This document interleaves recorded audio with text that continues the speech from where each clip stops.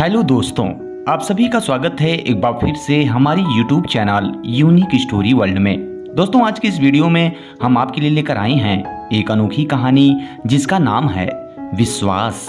तो चलिए दोस्तों, आपका ज़्यादा समय ना लेते हुए इस कहानी को शुरू करते हैं। बहुत समय पहले की बात है। प्राचीन काल में एक तपस्वी ब्राह्मण नंद्रपुर नामक गांव में रहा करता था। वह गरीबी के कारण अपने परिवार का पालन पोषण करने में असमर्थ था, किंतु वह ईश्वर में बहुत अधिक विश्वास करता था। इसलिए वह रात भर ईश्वर की तपस्या में लीन रहता था और दिन भर मेहनत मजदूरी करने में अपने को खपा देता। वह जितना ही नम्र और अच्छे स्वभाव का था, उसकी पत्नी उतनी ही क्रुद्ध और तीव्र स्वभाव की थी, जो उसे हर समय बहुत तंग किया करती थी और उसे ब्राह्मण का इस तरह रात भर ईश्वर की तपस्या में लीन रहना बिल्कुल भी पसंद नहीं था। उसका मानना था कि यदि ईश्वर होते तो उसकी विनती जरूर सुनते और वह कभी भी गरीब ना होती। इसलिए वह ब्राह्मण को पूजा पाठ करने के लिए मना करती और उसे धन एकत्रित करने के लिए कोसती रहती। लेकिन ब्राह्मण का मानना था कि ईश्वर होते हैं और उसे इस बात का पूरा विश्वास था कि एक ना एक दिन वे उसकी विनती अवश्य सुनेंगे। एक दिन ब्राह्मण काम ढूंढने के लिए निकला, पर कहीं भी उसे काम न मिला। शाम को वह डरते डरते अपने घर के आंगन में दाखिल हुआ, पर ज्यों ही उसकी पत्नी ने उसे खाली हाथ आते हुए देखा तो वह चूल्हे के पास रखे चिमटे को हाथ में लेकर आंगन में आई और बिना उससे कुछ पूछे ही अपने पति पर प्रहारों पर प्रहार करने लगी। ब्राह्मण बेचारा कुछ बोल न सका। दूसरे दिन ब्राह्मण फिर काम की तलाश में निकला, पर इस दिन भी भाग्य ने साथ न दिया। घर पहुंचा तो वहां अपने बच्चों को भूख से तड़पते हुए देखा। यह देख उसका कलीजा मुंह को आया और उसके आंखों में आंसू आ गए। आज भी उसकी पत्नी ने उसे खूब खरी खोटी सुनाई, पर वह बेचारा करता भी क्या। अतः उसने अपने बच्चों को खाली पेट ही सुला दिया। अब उसे भला नींद कैसे आती, उसके बच्चे जो भूखे ही सो गए थे। अब उसका विश्वास डगमगाने लगा। अतः वह सोचने लगा कि भला मैंने कौन सा ऐसा पाप कर दिया है जिसकी सजा मुझे ईश्वर इस तरह से दे रहे हैं, जबकि मैं तो हमेशा ईश्वर की आराधना ही करता रहता हूँ। और वैसे भी भगवान ने स्वयं कहा है कि मैं रात होने से पहले कीड़े मकोड़ों तक के लिए अन्न की व्यवस्था करता हूँ। यदि पुस्तकों में लिखी यह बात सही है तो मेरे कलेजे के टुकड़ों के लिए अन्न की व्यवस्था क्यों नहीं हुई? आखिर इनके पेट खाली क्यों रह गए? यह सोचने के पश्चात वह उठ खड़ा हुआ। पुस्तक खोली तो देखा वहां बिल्कुल यही लिखा था। वह अपने आप से कहने लगा कि यह गलत है, सरासर गलत है। इस बात को पुस्तक से मिटाना ही ठीक होगा। यह कहकर उसने कलम हाथ में ली और इस वाक्य को ही काट दिया। उसने पुस्तक बंद करके एक ओर रख दी और वह लेट गया। अगले दिन प्रातः वह पुनः काम की खोज में निकल पड़ा। दिन भर काम करने के बाद कई पैसों की कमाई हुई। इन पैसों से लगभग 1 किलो आटा खरीदा और वह घर आ गया। पर ज्यों ही आंगन में पैर रखा, वहां दूसरा ही आलम था। हर दिशा जगमग, हर कोई काम में व्यस्त।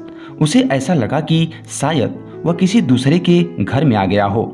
दहलीज पर नजर पड़ी तो वहां उसकी पत्नी चेहरे पर चमक और होठों पर मुस्कान लिए बाहें फैलाए उसका स्वागत करने को तैयार थी। जब वह दहलीज पर आया तो पत्नी ने हंसते हुए उसके मुंह में मिश्री का एक टुकड़ा डालते हुए कहा, आज हमारी उम्र भर की गरीबी और सारे दुख दूर हो गए। आपके एक मित्र ने हमें इतना धन और संपत्ति दिया कि हम पीढ़ियों तक निश्चिंत हो गए। ईश्वर उन्हें लंबी उम्र दे।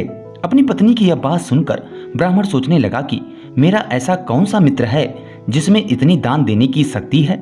हो ना हो कोई भ्रमवश यह धन दे गया है, या कहीं मेरी पत्नी ने किसी सीधे साधे व्यक्ति को अपनी चतुराई से ठगा तो नहीं है। अपने मन में ये प्रश्न आते ही ब्राह्मण ने अपनी पत्नी से पूछा, अच्छा ये बताओ वह व्यक्ति था कौन? पत्नी बोली, अजी क्यों नाटक करते हो, जैसे कुछ पता ही नहीं है। ब्राह्मण बोला, मेरा यकीन करो, मुझे सच में कुछ नहीं पता। उसकी पत्नी बोली, तो सुनो, वह वही था जिसकी कल कहीं पर आपने जिह्वा काट दी थी। पत्नी ने उत्तर दिया, उस बेचारे का काफी खून बह रहा था। वह कह रहा था कि अपने पति से कहना कि मेरी जीभ में टांका लगा दे, जिससे कि मेरा खून बहना बंद हो जाए। ब्राह्मण बोला, बकवास ना कर, भला मैंने कब किसी की जीभ काटी है? मुझे सच सच बता कि वह था कौन और उसका नाम क्या था? ब्राह्मण एक सांस में बोल पड़ा। उसकी पत्नी बोली, जब आप सुबह शहर की ओर चले गए तभी एक घोड़े वाला आया। उसके घोड़े की पीठ पर एक थैला था। मुझसे पूछा कि तुम्हारा पति कहाँ है? मैंने कहा वे काम से गए हैं। उसने कहा कि यह थैला ले लो तो मैं जाऊं।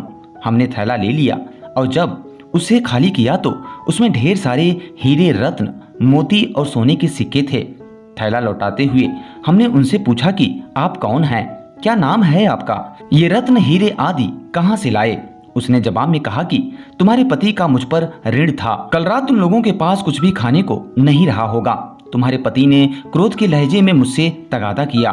मेरी जुबान से कुछ देर के लिए जब बोल ना फूटे तो वह उठा और मेरी जुबान ही काट डाली। यह कहकर उसने अपनी जीभ दिखा दी। वह कटी थी और उससे लगातार खून बह रहा था। यदि आज मैं न आता तो तुम्हारे पति का विश्वास मेरे ऊपर से सदा के लिए उड़ जाता और फिर वह कभी भी मुझे उधार न देता। इसलिए मुझे आज ऋण चुकता करने के लिए आना ही पड़ा। पत्नी बोलती जा रही थी। उस दृष्टवान साधक की समझ में सारी बात आ गई, अतः वह बिना घर में घुसे ही उन्हीं कदमों से वापस लौट पड़ा। आप कहाँ चल पड़े? पत्नी ने पूछा। उस बेचारी की जीभ में टाका लगाने, पति बोल पड़ा। चलते चलते वह ब्राह्मण एक तपोवन में पहुंचा और ईश्वर की तपस्या में लीन हो गया। उसने भगवान पर संदेह करने के लिए क्षमा मांगी और फिर कुछ साल बाद वह अपने घर वापस लौटा। उसकी पत्नी ने पूछा, अब आपके दोस्त की जीभ कैसी है? ब्राह्मण बोला, मैंने उसकी जीभ पर टाका लगा दिया है और अब वह पूरी तरह से ठीक भी हो चुका है। और फिर वह अपने परिवार के साथ सुखी पूर्वक अपना जीवन जीने लगा। दोस्तों, हम ईश्वर में विश्वास करते हैं, उनकी भक्ति और उनका पूजा पाठ करते हैं, उनमें श्रद्धा रखते हैं, किंतु कभी कभी हमारे जीवन में कुछ ऐसी घटनाएं घटित हो जाती हैं जो हमें भगवान पर संदेह करने पर मजबूर कर देती हैं। किंतु दोस्तों, हमारे द्वारा ईश्वर के लिए किए गए श्रद्धा, विश्वास, भक्ति और पूजा पाठ कभी बेकार नहीं जाते। उसका फल हमें ईश्वर किसी न किसी रूप में देर सवेर ही सही लेकिन देते जरूर हैं। इसलिए दोस्तों, हमें ईश्वर में विश्वास करना चाहिए और विपत्ति आने पर उन पर संदेह कभी नहीं करना चाहिए। तो दोस्तों, इस वीडियो में बस इतना ही। उम्मीद करते हैं ये कहानी आपको पसंद आई होगी। अगर दोस्तों कहानी पसंद आई हो तो इसे लाइक करें और अगर आप इस तरह की कहानियां सुनना पसंद करते हैं और हमारे इस चैनल पे पहली बार विजिट कर रहे हैं तो आप हमारे इस चैनल को सब्सक्राइब कर सकते हैं। वीडियो पूरा वॉच करने के लिए आप सभी का बहुत बहुत धन्यवाद।